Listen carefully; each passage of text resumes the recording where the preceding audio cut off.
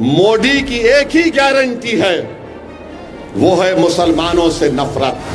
मैं मुख्तार अंसारी का नाम लेकर कह रहा हूं, मैं किसी बाप से डरने वाला नहीं हूं।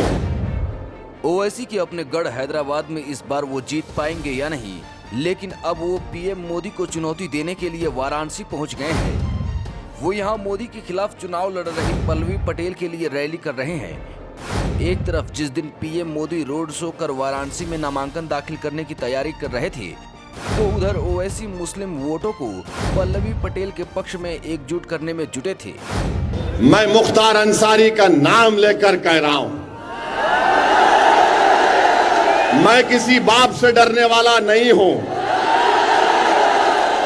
जमहूरियत के दायरे में रहकर कह रहा हूं कि मुख्तार अंसारी एक इंसान था। मुख्तार अंसारी एक इंसान था, जुडिशियल कस्टडी में था, जहर देकर मार दिया। वो शहीद है, वो शहीद है। और शहीदों के बारे में कहा गया कि उनको मुर्दा कभी मत कहो, वो जिंदा है, उनको ग़िज़ा मिलती है। मगर उनको बचाने की जिम्मेदारी बीजेपी की सरकार की थी। समाजवादी पार्टी और दीगर पार्टियों की तरफ से एक इल्जाम हम पे लगाया जा रहा है कि हम बी टीम हैं। मैं पूछना चाहता हूं अखिलेश यादव से कि 2014 का लोकसभा का चुनाव आप हार गए, क्या आप मोदी से सौदा करके हारे थे? 2017 का विधानसभा का चुनाव आप हार गए, क्या आपने योगी आदित्यनाथ से कोई डील कर ली थी?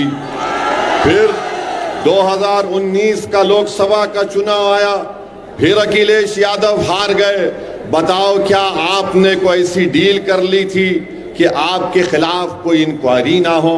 अरे 2022 का फिर से विधानसभा का चुनाव आया और यहां पर इस हमारे अंसारी भाइयों की बस्ती में खड़े होकर मैं जिम्मेदारी के साथ कह रहा हूं, आप तमाम ने मिलकर अपना एक एक वोट समाजवादी पार्टी को दिया।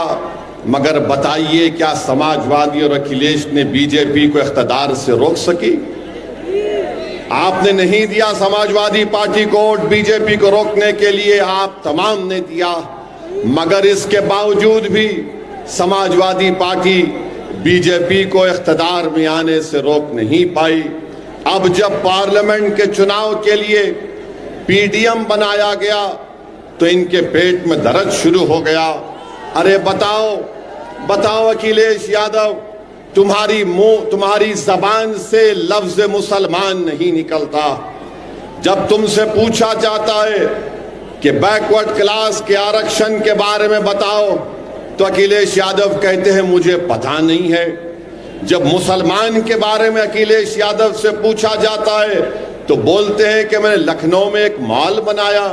अखिलेश यादव, इतनी बड़ी आबादी अल्पसंख्यक समाज मुसलमानों की उत्तर प्रदेश में रहती है, जब आपसे पूछा जाता है अल्पसंख्यक समाज मुसलमानों के बारे में तो आप एक मॉल की मिसाल देते हैं। ये इनका मसला है। और आज आप देखते हैं कि हमको गाली देने वाले मुरादाबाद में डॉक्टर एसटी हसन वहां के रुकने पार्लियामान थे, उनको टिकट नहीं दिया गया। बताइए क्यों नहीं दिया गया? इसलिए नहीं दिया गया क्योंकि नहीं चाहते थे कि एसटी हसन अगर दोबारा जीत जाएगा तो वो ताकतवर बन जाएगा। आप सबको रोकना चाहते हैं। अरे आप ऐसे लोगों को चाहते हैं जो सिर्फ आपके सामने सर झुकाकर बैठे रहे। मेरे भाई, मैं आपको बताने के लिए आया हूं कि अखिलेश यादव कहते हैं कि अपनी जान दे दो और बीजेपी को रोक दो। अरे अखिलेश यादव, तुम्हारा आधा परिवार नरेंद्र मोदी के साथ बैठकर चाय पी रहा है, तुम उनको नहीं रोक पाते, तुम उनको रोक नहीं पाते और हमसे कह रहे हैं कि जान दे दो और बीजेपी को रोक दो। अखिलेश यादव, जान तो हम ही दे रहे हैं ना। बुलडोजर से घर तो मेरा ही टूट रहा है, मेरे ही पैर पर गोलियां मारी जा रही हैं, मुझे ही तो जेल में जहर दे दिया गया। मेरे हाथ में हथकड़ियां हैं, मेरे हाथ अभी सुन तो लीजिए। मेरे हाथ में हथकड़ियां हैं, मेरे हाथ में हथकड़ियां हैं। मैं एक पूर्व सांसद हूं, कोर्ट ने मुझे सजा दी। मैं 10 पुलिस वालों के साथ चल रहा हूं अखिलेश, और कोई करीब से आकर मुझे गोली मार देता है।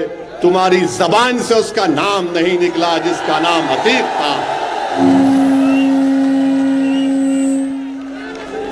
मेरे अजीज दोस्तों और बुजुर्गों, कोर्ट का ऑर्डर आया मदरसों को खत्म करने के लिए।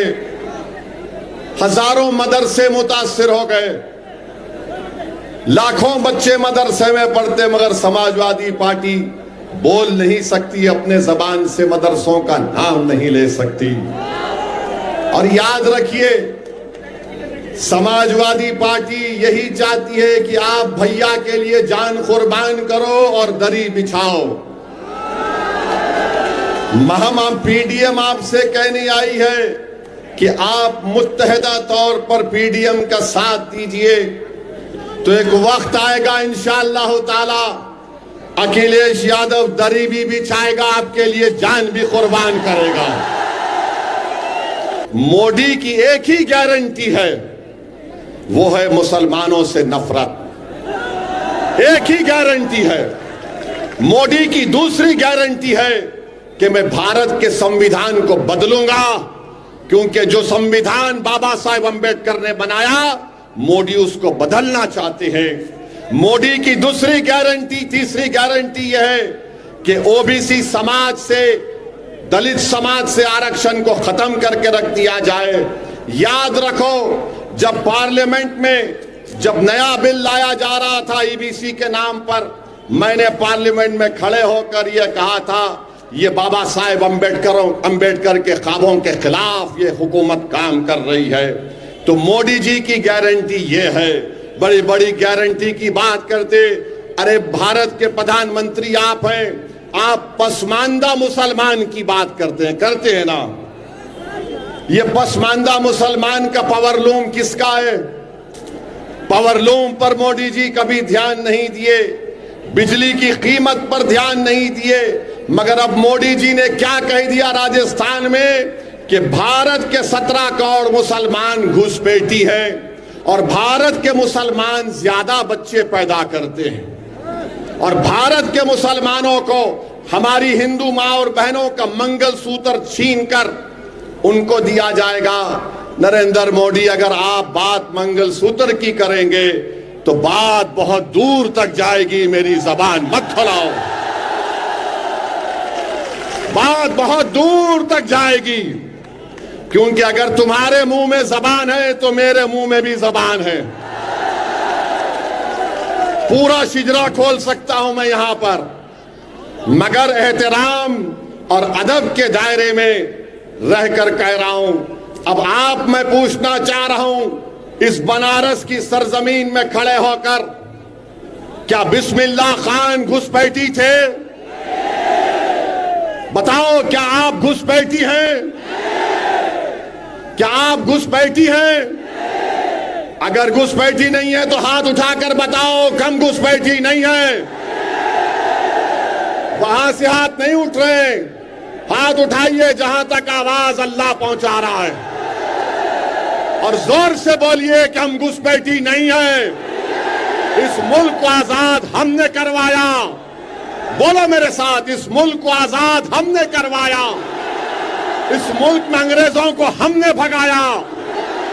इस मुल्क को अंग्रेजों के भगाने में आरएसएस का कोई रोल नहीं है। वो माफीनामा लिखते थे, हम सूलियों पर चढ़ते थे। मोदी जी हमको घुसपैठी कह रहे हैं आप। अच्छा, आप दूसरा इनका झूठ, अरे सुनिए सुनिए, हाँ जिंदा ही है, जिंदा ही रहेंगे इंशाअल्लाह। मर भी जाएंगे तब भी जिंदा रहेंगे इंशाअल्लाह ताला। क्योंकि मौत क्या है? मौत क्या है? इंसान के जिस्म से रूह निकल जाती है, एक घर से दूसरे घर को मुंतकिल होते, हम फना नहीं होने वाले आए मोदी जी। अब दूसरा इनका बात, अब सुनिए, बच्चे पैदा कर रहे हैं ज्यादा।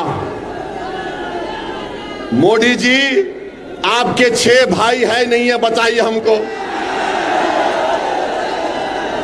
अमित शाह की 6 बहनें हैं।